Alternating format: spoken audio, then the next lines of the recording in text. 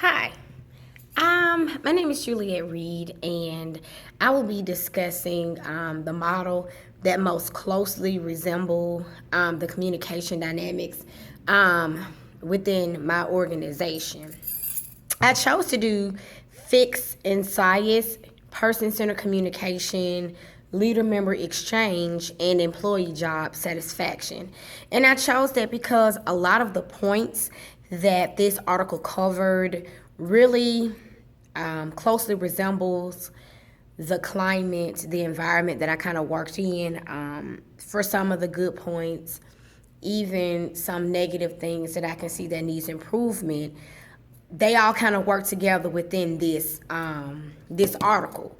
So on the front end, it talked about PCC, and PCC is person-centered communication, or even sometimes referred to as position-centered communication. And for what it's worth, ideally, it should result in a significant positive relationship between the people or the persons in the organization, and then with the LMX, which is known as the leader-member relationship. A lot of time that arises between the two. So it kind of said that PCC was found to be more predictive of employee job satisfaction than was LMX relationship quality. One thing that I looked at was that ideally with the leader member exchange theory, it states that supervisors form different types of relationships that vary in respect to quality with employees. And it says a couple of outcomes come from that, and that should be employee career progression, satisfaction, and empowerment. And I find that, very interesting because definitely, with the leadership that we have, they are ideally the leadership should help employees kind of progress. They should empower, the employees to make decisions, to implement change, to kind of flow with things that go on. But oftentimes, it doesn't happen. At some point, the article does kind of say where there is a bit of breakdown, and when you have a lot of the LMX who end up doing power games, which is communication that empowers the speaker and pretty much kind of becomes a point of control.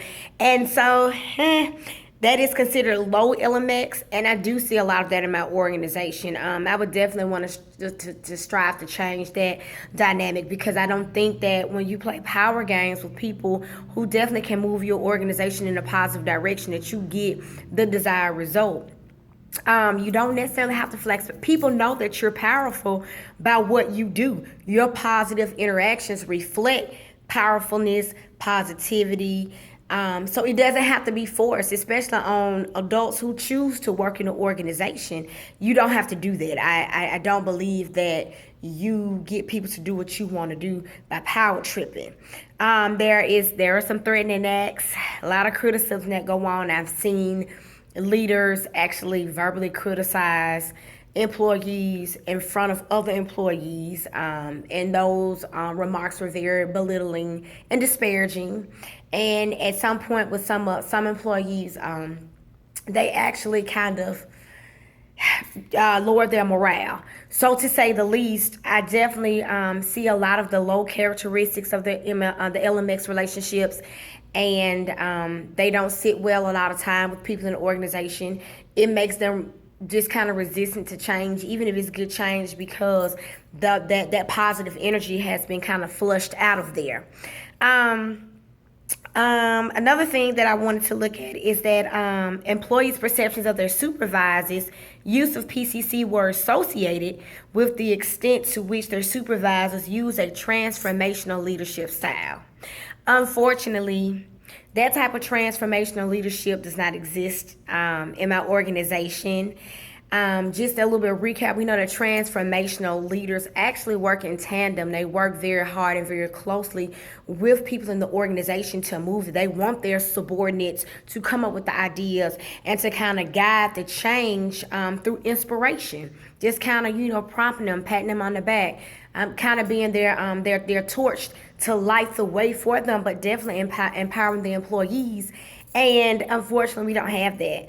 I definitely desire to look at myself as a transformational leader, to build myself as a transformational leader, because I certainly believe that kind of relationship with employees in an organization can move it exactly where you want it to be.